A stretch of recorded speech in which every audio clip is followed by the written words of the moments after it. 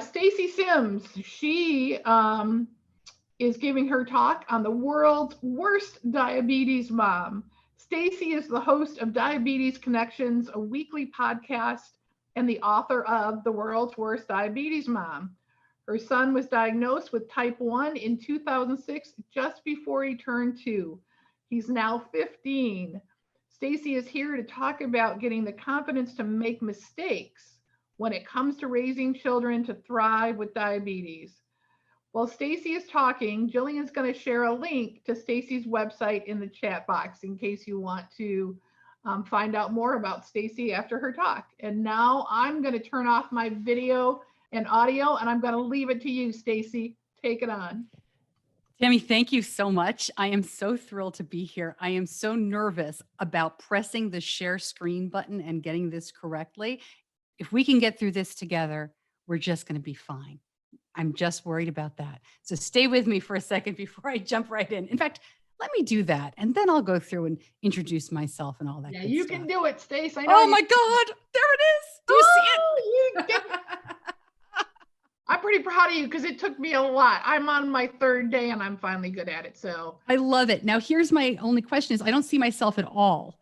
So to get back to myself, if I want to pop into it, full screen. So press escape. I believe by pressing escape. Okay. No. Give me 1 second. If not, I'll just go back and forth a little bit. Sorry, I know this is one of those painful things that, oh, there it was. Okay. There I am. All okay. About being live. I'm there. Okay. Thanks for your patience. So I am the world's worst diabetes mom. And I want to convince you all tonight that you should be too. Even those of you who said you're not a parent of a child with type 1 diabetes, you yourself have type 1, or even you healthcare people. I saw you caregivers out there that may not have a family member with type 1. We could all choose, and frankly, we could all stand to be a little bit more worst. So what do I mean by that, right? Let me go through my story just a little bit. My son, Benny here, was diagnosed right before he turned 2. I think this is about a month before his diagnosis. The picture on the left, we were baking like you do. I don't know how we got up on the table, but it was one of those cute moments that I didn't think too much about. And I said, oh, that's so sweet. I'm just going to take a picture of him and then disinfect the cutting board and the table. And then a few weeks later, Thanksgiving weekend, my whole family was in town. This is my brother-in-law, David, who hates this picture because of the guilt he feels of letting my son have that giant glass of orange juice. But we didn't know. All we knew was that Benny was really thirsty. So, of course, he didn't feel very well for the rest of that day. But these are 2 pictures of our life before. So this is life shortly thereafter. A couple of months after diagnosis, Benny was diagnosed in December of 2006. This is April of 2007. We went to the JDRF walk in our area. I live in Charlotte, North Carolina, and this is at Carowinds. It's a big amusement park in our area. And of course, Benny is on my husband's shoulders. That's my daughter, Leah, at the bottom. She was 5 years old at this time. And I have the gigantic backpack. Because, especially in the beginning, I think you take everything, you'd put your house on your back if you could when it comes to diabetes supplies. We were really just thinking we were at the end of the diaper bag, right? I was thinking, all right, we're almost there. He's 2. My daughter had potty trained at 2. Or we were so close to no diaper bag. And then, of course, I schlepped my house around with me for a few years after that. In addition to being a diabetes mom, I am also a broadcaster. I spent many years in television and radio, local television and radio news. And this is a fun interview I got to do for my blog years ago. I started a blog called Off the Dial. And this interview was a bunch of kids who raised a lot of money for JDRF. They're one of the largest fundraisers in the country at St. Mark's School near Charlotte. And one of the reasons why is because there's a family with 3 children, or they're not there anymore, they've grown up, who have type 1, and this is one of the kids. And I started Diabetes Connections, which is a weekly podcast all about type 1 diabetes. So that's, in a quick way of speaking, who I am and what I'm all about. All right, so when I say the world's worst diabetes mom, let's talk about that, because I want to kind of share some parameters with you, right? What the heck am I talking about? My son was diagnosed 13 years ago. How could I be the worst if he's doing okay? And he really is doing okay. This talk is not going to include a lot of numbers. That is not how I roll. If you listen to the podcast, you already know that. But just to give you a glimpse, when I say the worst, I don't mean ignoring diabetes. I don't mean not taking it seriously. We are a family that has had to manage this for a very long time. And my son is healthy and happy, independent, confident, resilient, a giant pain in the butt half the time, but a good kid and really doing well. So I'll show you these pictures kind of in reverse order. The bottom right circle, that's a diabetes camp last summer. He's been going there since he was itty bitty. On the left is my kids in a redwood tree. That was a huge trip we took last summer. It was a real, one of those lifetime trips. I could not wait to go to the redwood forest. It had been a dream of mine since I was a kid. And that's Benny on the upper circle as Rufus, because like a lot of kids, he was a superstar with JDRF when he was younger and then kind of wanted less to do with it as he got older. And finding a way back as Rufus has been really cool. He can get dressed up and be silly. But I show you all this to say, being the world's worst diabetes mom isn't about, not treating lows or ignoring highs. It's not about not measuring. There was so much great information in that last session. It's not about that. It's about having the confidence to make mistakes.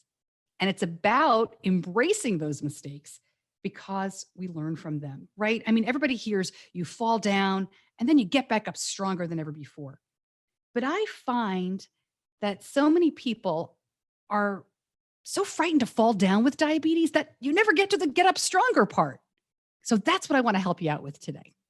All right, let's talk about family. When I searched for family on my little software program that I use, I get a lot of access to a lot of photos. I got all these pictures, right? This is the first kind of stuff that comes up when you search for family with no other adjectives. Now, I don't know about you, but this is a lovely set of photos, but nobody here is throwing up on anybody else. Nobody is yelling. Nobody is crying. There is no dirt. Those people are wearing a lot of white.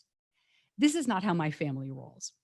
And I think sometimes when we start thinking about how our family should look and the perfection that we should see, if we're only able to find the perfect basal rate, the perfect activity, the perfect food, the best cereal, right? We just asked about that.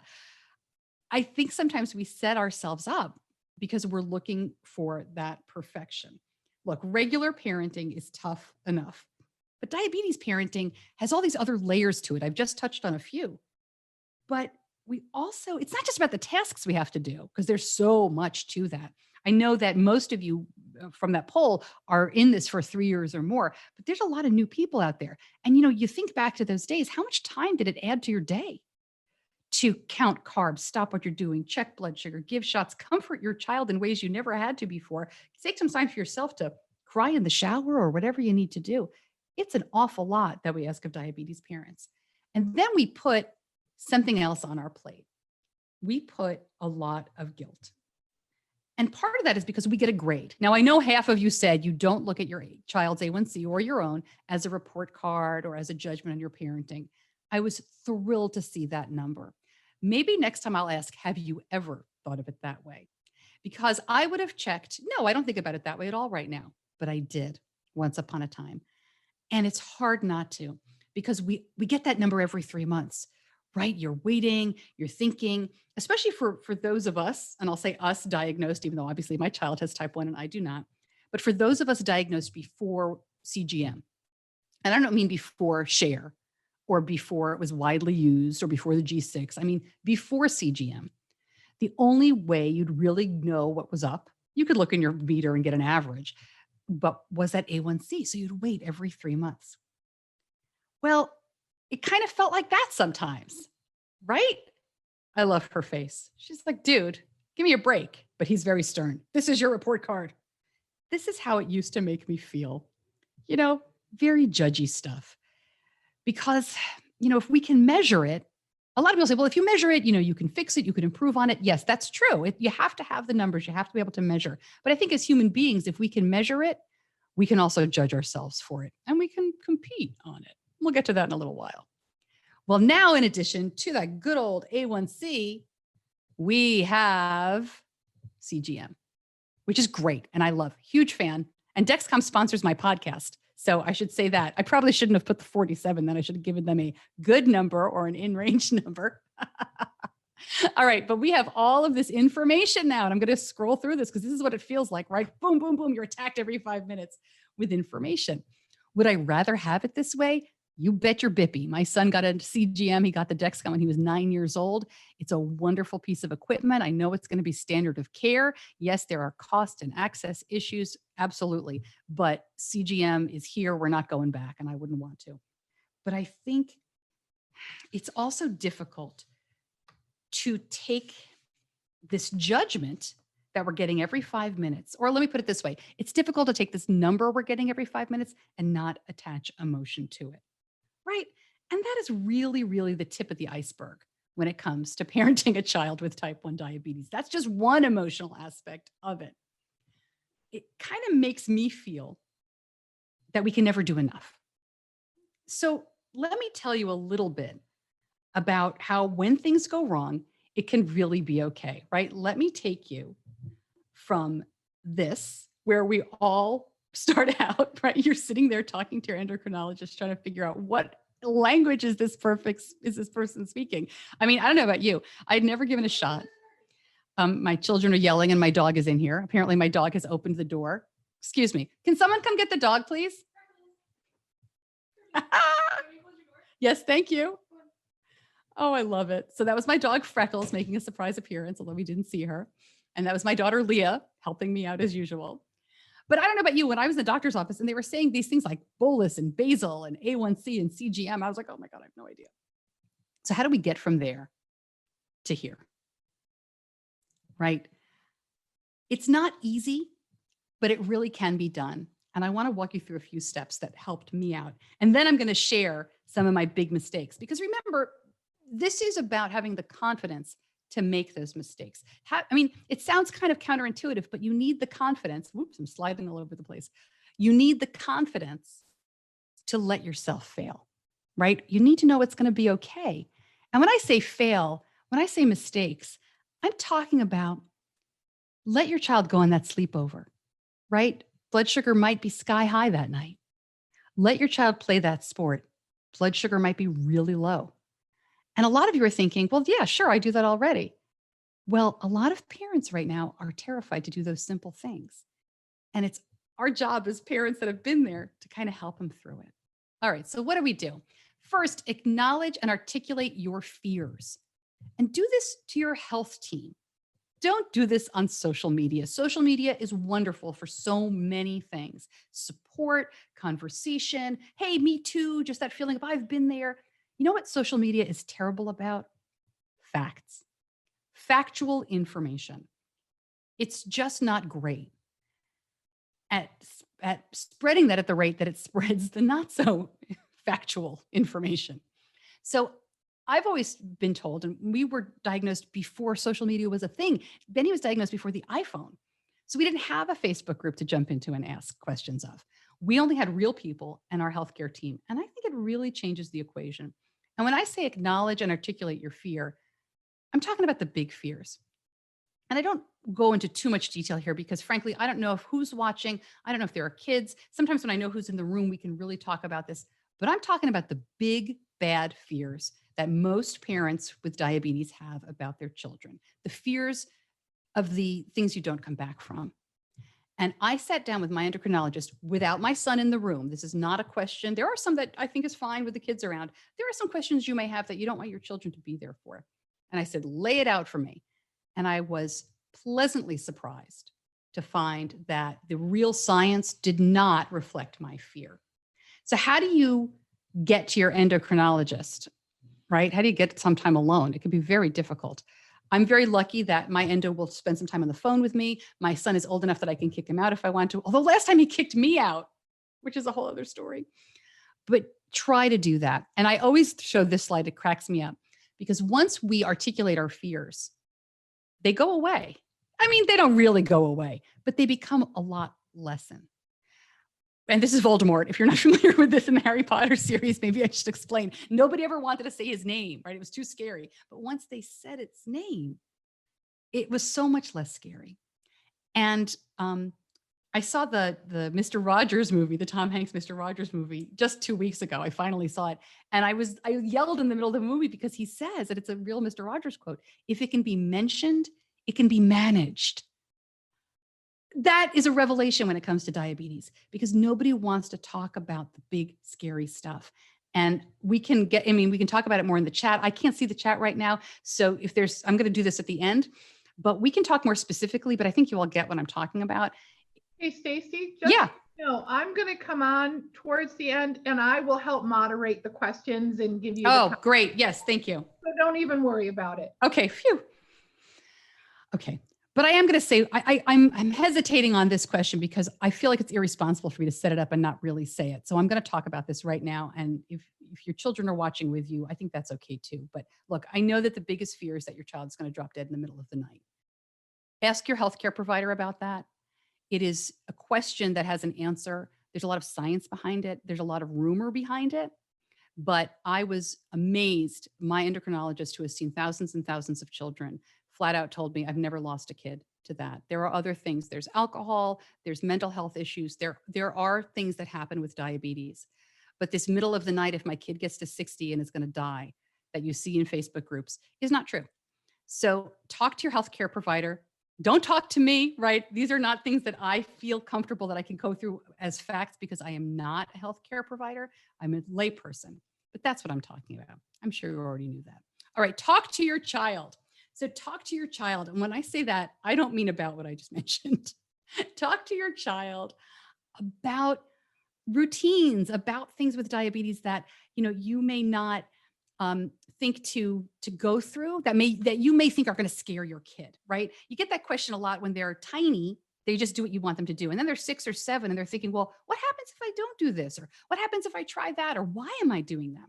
And the example I like to give is fire safety. When your kid is talking about fire safety, and it's usually because they learned something at school, right? I don't know about you, but I never thought to talk to my kids about fire safety. Just don't do that. But when the schools talk to them about it, what do they say? They say, have a plan, right? If you do this, it could lead to that. If this happens, have a plan.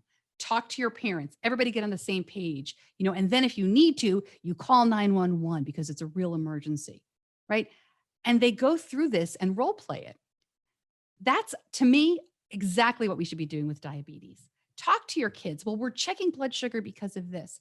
If something goes wrong, we call the doctor. If something really happens, we can go to the hospital and they can fix it. They can lay it out for your child in a way that makes sense for them and is age appropriate. I also say, and again, this is mostly for adults, I also say with fire safety, they're not showing you the results of a burned down house. I haven't ever heard of a fire safety class for elementary school kids where they say, if you do this, here's what could happen. And they show you the charred remains. And I say that because I don't think it's so much anymore, but a couple of years ago, there was this big trend of, I'm going to bring my kid to the kidney dialysis center and show them what's going to happen. To me, that's the same thing, and I don't advise it. Listen to your child. That is a totally different thing than talking to your child, right? Your child has things to say to you. A good example of this is my son, several years ago, gosh, he was probably about 6 years old or maybe 8. We could not get his blood sugar down. I mean from 300. For 2 days, he'd go 300, he'd come a little bit down, then he'd go back up. It was unbelievable. And we weren't sure what to do. We were changing insets, we were giving injections, we were trying things. And after the second day, he said to me, well, what happens if it never comes down? And I thought, wow, that hadn't occurred to me. In my head, I thought, we're going to be fine. I mean, this is not great. He didn't have ketones. He wasn't dehydrated. I was in touch with my endo's office. It didn't occur to me that he could even think that. And so we sat down and talked about it. And we talked about calling our doctor. There was nothing we hadn't handled in the 6 years that he'd been dealing with diabetes to that point or whatever it was. And that was a satisfying answer for him. He knew people were looking out for him. P.S. It turned out we'd left the insulin in the car in the summer. It was the one and only time that happened. We were using skunky insulin. We changed it out. Everything was fine. And then I stole this last one from my dear friend, Maura McCarthy, who is a wonderful author and speaker and writer. Decide to say yes. The idea here is that if you would say yes without diabetes, you have to find a way to say yes with diabetes. And I think a lot of this really just comes down to parenting. As diabetes parents, we do not all parent the same way. Forget diabetes, right? A lot of people will never let their child go on a sleepover because they don't do sleepovers. It has nothing to do with diabetes. Or they'll let their kid go on a sleepover at 4, like my neighbor did. That's not how we do it in my family, right? Or you have to be 12 before you can go on a sleepover, or whatever the family rule is. But if you said yes without diabetes, you have to find a way to say yes with diabetes, in my opinion. So I think that's a great rule, and it's really helped me. And then the last one is find ways to connect. Connecting with other parents, just like you're doing right now, even connecting with adults with type 1, which is incredibly valuable, even if it's just reading their blogs or having a quick conversation with them. You adults, as you're listening or watching right now, what a resource you are. Thank you so much for all that you do for us. I have to say the adults I've met in the community are so amazing and helpful to me. But just connecting will change your perspective. I mean, there's so many ways to connect. Now that we're all stuck at home and have to do this virtually, sure, it's not quite the same, right?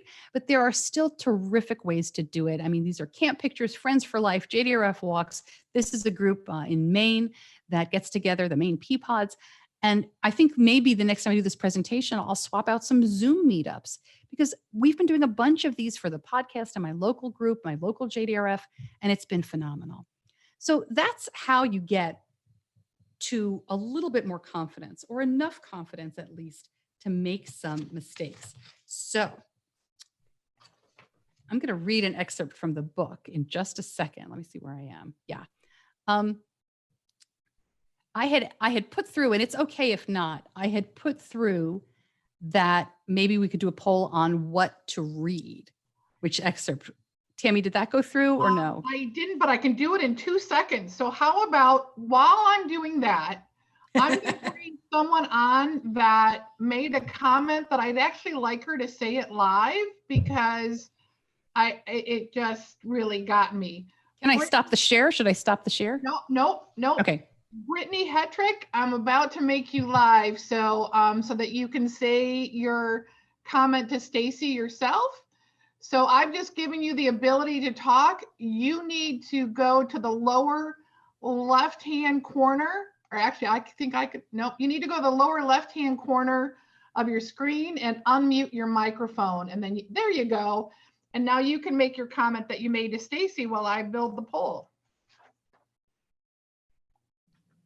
Are you there? Hey, go right ahead.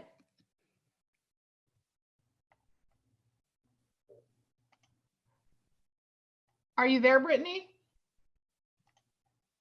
I show you as unmuted. You might need to turn on the sound on your computer.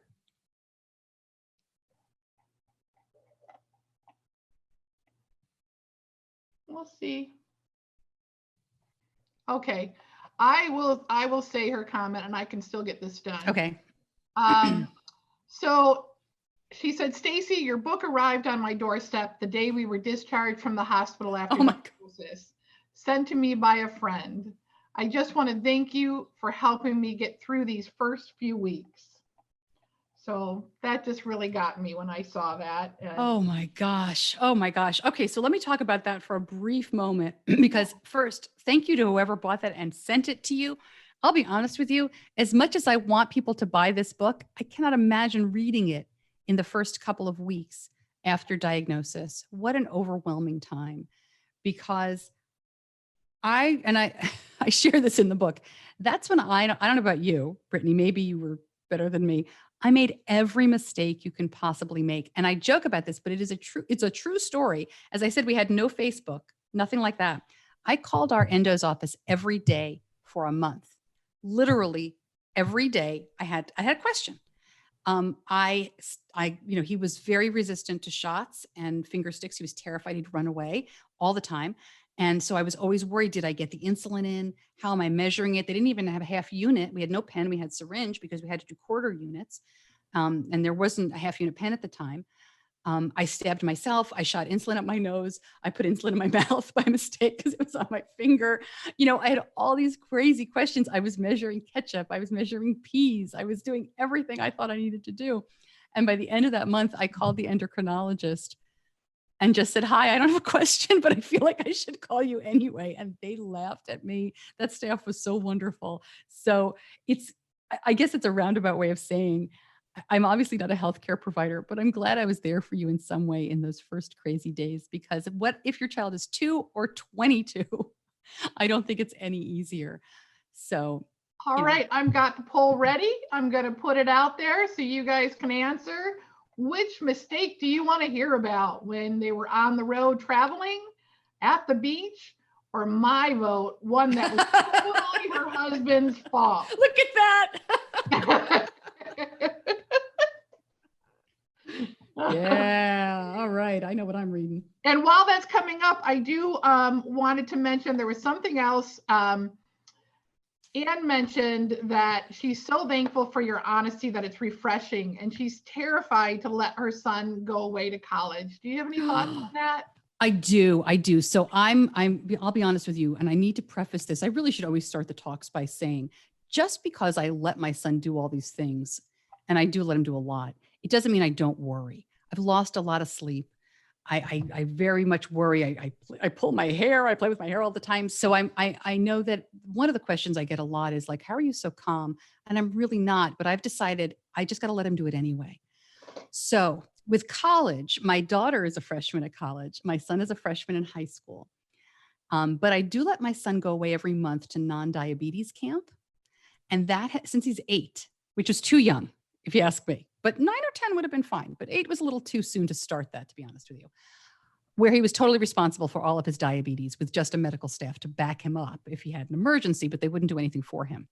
And he did very well after the first year, which is another story. But I equate my college experience, hopefully, to that, in that I woke up every morning for a week at least thinking, he's dead.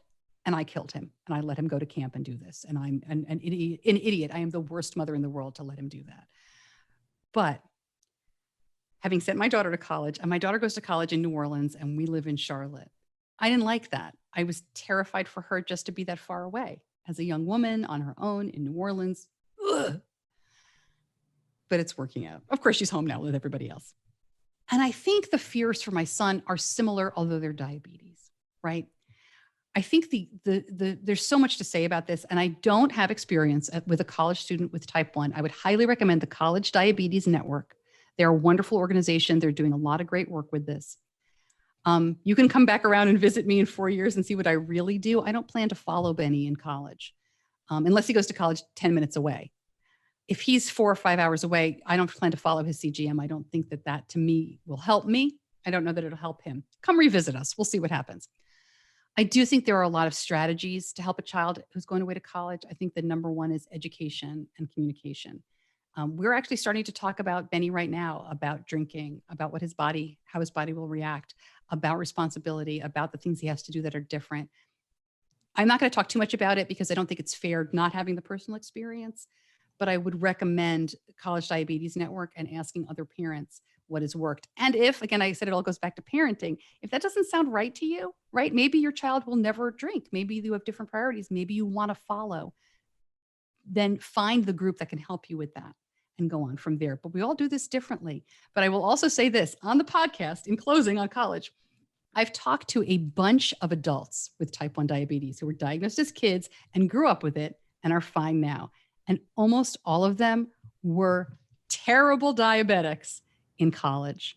They did not, we don't use this language anymore, right? They weren't compliant. They didn't take care of themselves. They partied, they drank, they ate, they slept late. They weren't responsible. And while it wasn't ideal, they're fine. So I'll leave you with that.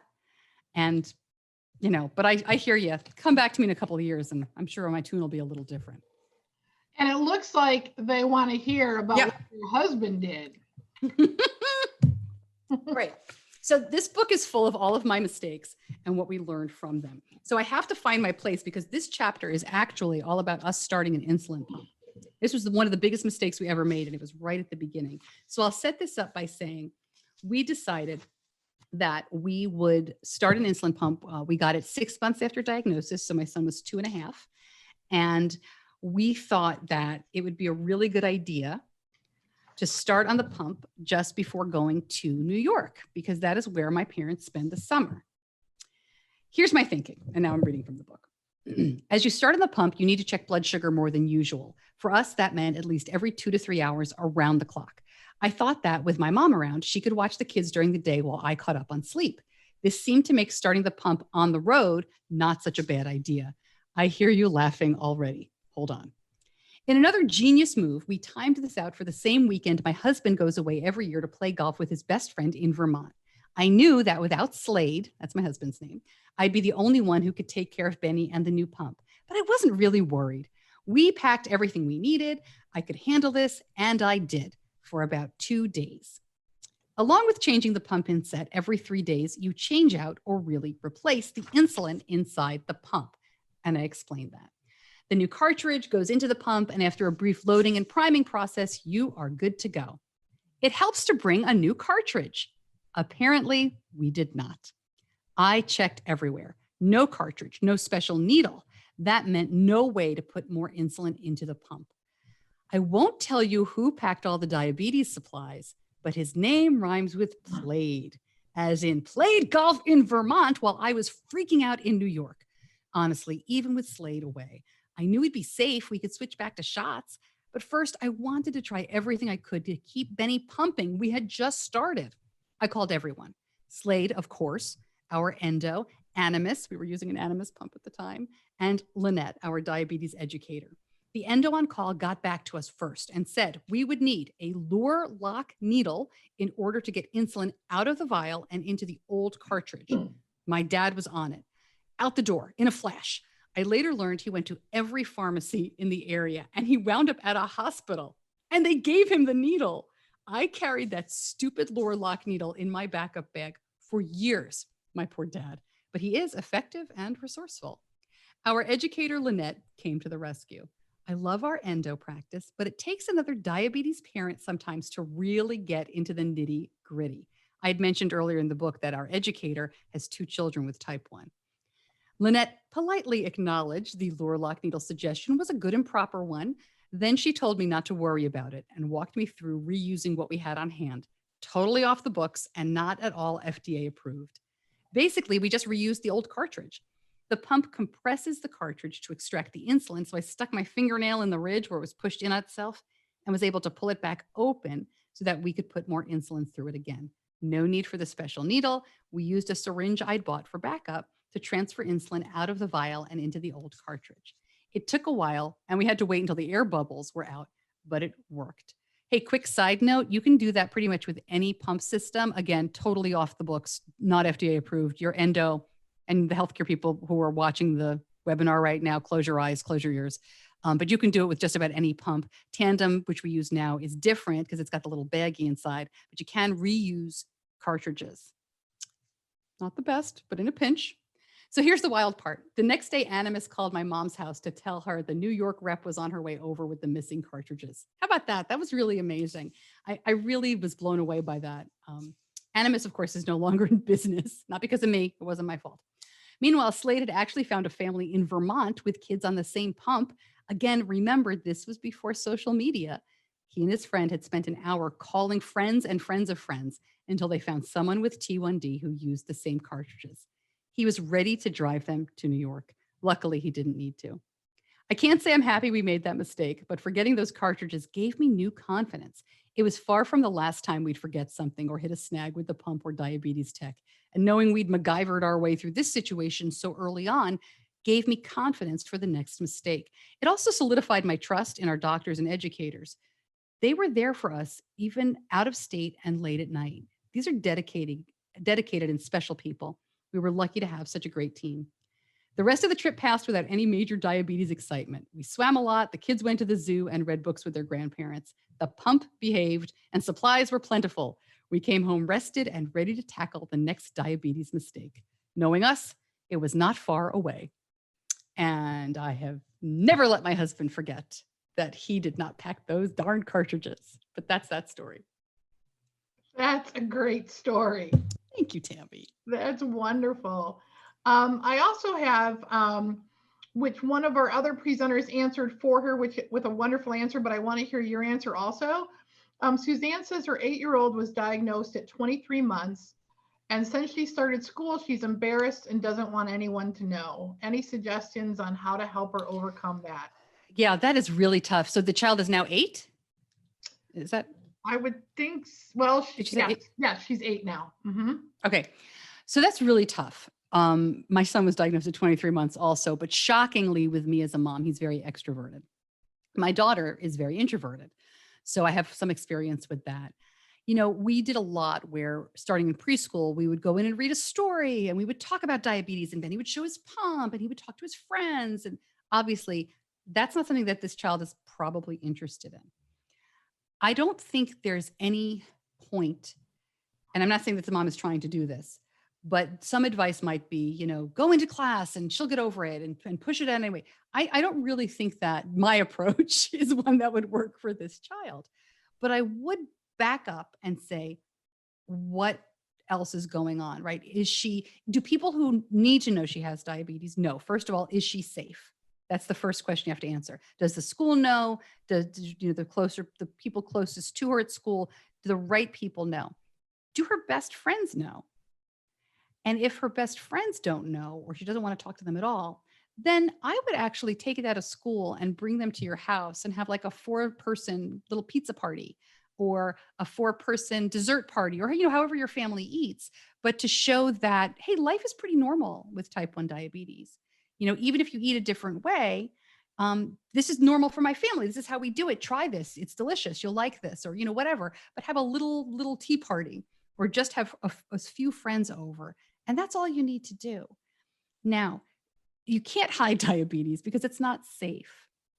So I would also ask, and again, if we're having a one-to-one conversation, it'd be a little different, but I think these days there's a lot of kids who wear Dexcom to school and wear insulin pumps to school. And the beeping is frankly really embarrassing and it's disruptive to them, right? Even if it beeps twice a day, we may say, oh, that's no big deal. Come on, just wear the gear. But to the child, that's devastating. Everybody's looking at you, right? Everybody wants to stop. Are you okay? Or what was that? And so there are ways, I think, to use CGM and use pump in school that are a compromise, that keep the element of safety, but that don't result with beeping all day long. And by that, I mean, I'm going to be exaggerating here, but I think you all get it. Like, don't set your kids' high alarm to 1:30 while they're at school, right? Don't set their low alarm to 1:30 while they're at school if you're on the opposite end of the spectrum. You really need to compromise in that respect. And I think part of that comes because when my child was in elementary school, he got the Dexcom when he was in 4th or 5th grade, end of 4th grade, I want to say, maybe, I don't remember. But he had the receiver, no share, no phone. So what we would do is just at the times of day when he would normally do a finger stick, he would just look at his receiver. And that worked beautifully. And so I never wanted, as he got older in school, in middle school, we never actually had alarms except for the low. Certainly, I don't think that you should turn your low alarm off. I'm not advocating that. But I do think there are, and again, I'm not knowing that this mom is talking about this. I don't think that it sounds like her daughter is embarrassed by alarms. But that's just another thing to kind of keep in mind, that they're living this life, right? And if we put ourselves in their shoes, not at our age, but at their age, it can really make a difference. And Angie actually had a great tip. One of our audience members, she said that she ordered some fun rubber bracelets that said her name and T1D to break the ice with classmates. And then she educated friends as they came over and gave them a BFF packet printed from Beyond Type 1. I think that's great. Yeah, those are really terrific. I just don't want anybody to think that you need to change your child's attitude in terms of a shy kid's always going to be shy. But I love that idea. And Beyond Type 1 has some beautiful packets and great stuff for kids. They really did. They do it up nicely. And what does your son think about you talking about him? Has he ever done it with you? We're very careful. It's fun. It's a good question. Everything that's in the book and everything I talk about on the podcast, I have permission to talk about. We went over this. I've been trying to keep that in mind since he was younger, which is frankly why I'm kind of a crummy mom blogger, because I don't share enough. I really don't. If you look at my stuff on social media, I've always been pretty bad at it. I think part of that comes from also by the time we were in Facebook, my kids weren't babies. So we didn't grow up with that. We were laughing the other day about something I wish I had a picture of. And I was like, remember the olden days when you didn't take a picture of everything every 5 minutes with your phone? because I do that now. I take a picture of everything. And, just 10 years ago, we didn't do that. It's crazy. But he's cool with it. When I asked both of my kids about writing the book 2 years ago, they said, well, I think it just makes you look bad, Mom. And I think that's the right attitude for them to have. But I'll be honest with you, I'm very careful. And I do a social media talk about being careful about how much information you share. And I got to tell you right now, I'll never miss an opportunity to step on my soapbox. I am 100% against sharing sick day photos of our children. I would just ask you to please think, if you're going to take a picture of your child in distress, please think before you post it. A child in the hospital, a child ill in the doctor's office, a child in DKA. We all love you. We sympathize with you. We are there for you.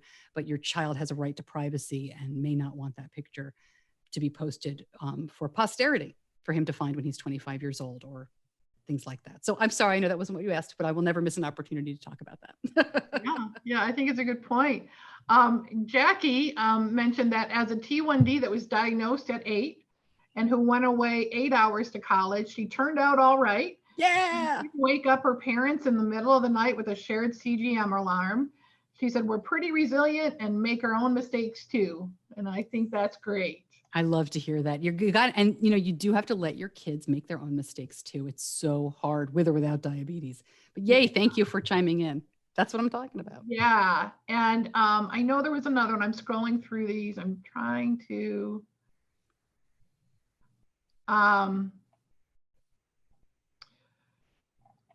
There's do you have a best friend you can reach out to who gets it? This is one of the hardest things that one of the moms found early on. I did not. You mean for me, right? A best friend for me. I did not. And my friends still don't really understand. And they are my wonderful friends. They're friends I love so much, but I don't think they'll ever understand. I don't think anybody can unless you live with it. And it's not because, oh, woe is me and it's so hard. But you can't understand. What did we know before we were in this world? You just can't get the nuances of it. You can't understand the frustrations and the victories even.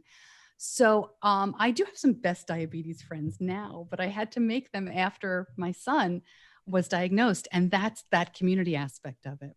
I'm really, really lucky to have people here in the Charlotte area that I can connect with. And I met years ago, my friend Ann started a thing called Diabuddies. Our kids were babies. I think her son was diagnosed at 3. And we met when they were toddlers and we're still, great friends. And I've met a lot of people online that before all this nonsense, we were able to meet up.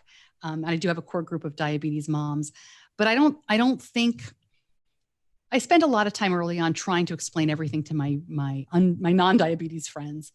And I can't say I gave up because they want to be educated and they want to know, but I let go of that need to make them understand because they have challenges in their lives that I will not understand. Simple things to us, right? I mean, you want to think about other health challenges, a friend who's divorced and remarried. I mean, those are things I don't have the same kind of experience with. So once you kind of come to that place, I think it's a little bit easier to move forward. That's a good point. And I think that's the questions we have. I have to say, I love that your dog came in. Oh, you Gavalt. Best part of the virtual world. Fortunately, my cat usually only howls when I have the mute on, thank goodness. But I've been, as I've been in this virtual world in a lot of meetings, there's been kids that run in and dogs and cats. And it's just wonderful. It's real life. We're all at our homes, we're all making do. And I think it adds some reality to it and some real life. Definitely. It warms it up. I do have a couple of quick slides. They're very easy to scroll through. It's kind of the end. If Please I can do that. We have time if you had more. Yeah, we're fine. We can keep talking. All right. So coming back from the reading, I usually will say, so here's my son. This is him, obviously, when he was diagnosed. This is him about a month after he got his pump. And that pacifier, man, I thought he was going to go to college with it. But I love that picture because this is how he wore that pump forever with that little pouch. And he doesn't wear it like that anymore. And then this is him now, 15. This is him actually, gosh, how long ago is this already? 4 or 5 months ago, getting his permit. So we have a permitted driver in our house. And I put this slide in not to embarrass him at all, just because I think it shows the difference and how much things have changed for us. And I'm so proud of the kid he is now, from this little boy who was terrified of everything diabetes wise. And I just hope that some of the stuff we've talked about today can make it so that the next time you're feeling judged, you're feeling like you have to be perfect, pow, you can knock that thought right out, ta-dung, and be a superhero. All right, so here's my plug, Tammy. Sorry, I'll just do a quick shameless self-promotion. The World's Worst Diabetes Mom is available on Amazon or at, I know you're putting up the Stacey Sims website. It's there too. But when I can't scroll. I broke my scroller. There it is. And there's an Audible version. I read the book. So if you enjoyed that, you can find that on Amazon as well. But I wanted all of that to say, I'm doing a promo code for you guys. So if you want to buy the book at a discount at checkout, use promo code WORST. It's just the world's worst. So the word WORST. If you put that in at checkout, you will save $5 off the price of the book. Now that's only on my websites. Unfortunately, Amazon doesn't let me work in a discount, but use worst and it'll work out for you. So let me get off that page because that's very self-promoting. And we'll go here. Well, that's okay. I'm sure that there are people that are ready to read your book. This was just such a great talk. It was entertaining. It was informative. It was absolutely wonderful. Thank you so much for being here and just being so engaging. We truly appreciate it. It is my pleasure. Thank you for giving me an excuse to brush my hair and put some lipstick on tonight. No kidding. I do it every night this week. So for the first time in weeks. So yeah, that's about it. And can I say that here in Detroit, it's snowing on April 22nd. So it's not now, it was very light, but still it was snowing and it's April 22nd. And that just really is not good. Hey, Tammy, there is one other question that popped up in the Q&A. Yes. Okay. Let me grab it. Hold on. Oh, okay. Yeah, this is good. Okay. I've been T1D for over 50 years, and your comments about being perfect, but home. My husband is a scientist and strives for perfection with my numbers. I get fearful of his responses and feel judged. Suggestions? Yes. Oh, that's got to be so difficult. That's got to be really difficult. Okay. So my suggestion, and I assume that you've been married for quite some time, because if you're dating this guy, it's a different answer. But if you've been diagnosed for more than 50 years, obviously the first thing you think of that comes from a place of great concern, right? And that's what all of us parents are as well. It's like, oh my gosh, your A1C, we want to keep it at this level because you've really, your health. I would suggest, and I'm sure your scientist husband knows this, I would suggest that you both look up Dr. Bill Polanski at the Diabetes Behavioral Institute. He has done amazing things with, I guess it's the psychosocial part of it. And I'm not going to explain it very well. But he talks about how we support each other with diabetes, caregivers, spouses, parents, that kind of thing. And they do a lot of good work. And this is also, I'm not going to get too far into the information here. Sorry.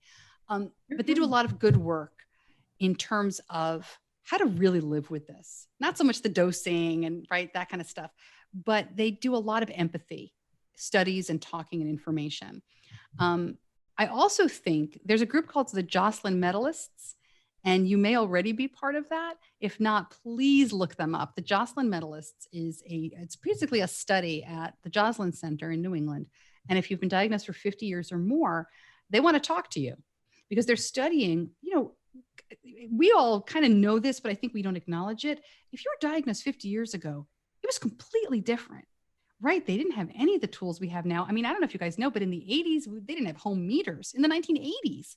So things have changed significantly from then. They didn't know that an A1C really made a difference. They didn't know that if you could have decent control, you could live a long and healthy life. They thought people with diabetes were doomed until this is the late 80s, early 90s with the diabetes control and complications trial.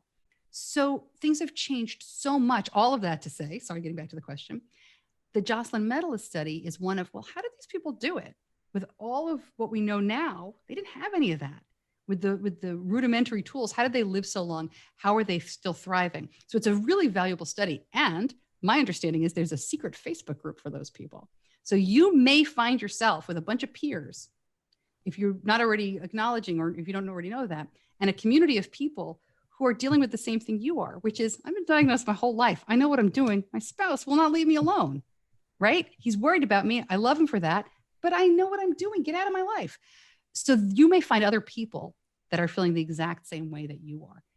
If you can't find that, come to my Facebook group. It's Diabetes Connections, the group. I got a bunch of people in there who've been living with diabetes for more than 50 years. They knock my socks off, and I bet they'd have good advice for you. But Dr. Bill Polanski, Diabetes Behavioral Institute, he's just a wonderful man. I calm down every time I talk to him. Thank you so much, Stacey. It has been pleasure. such a pleasure to have you here. Truly a pleasure.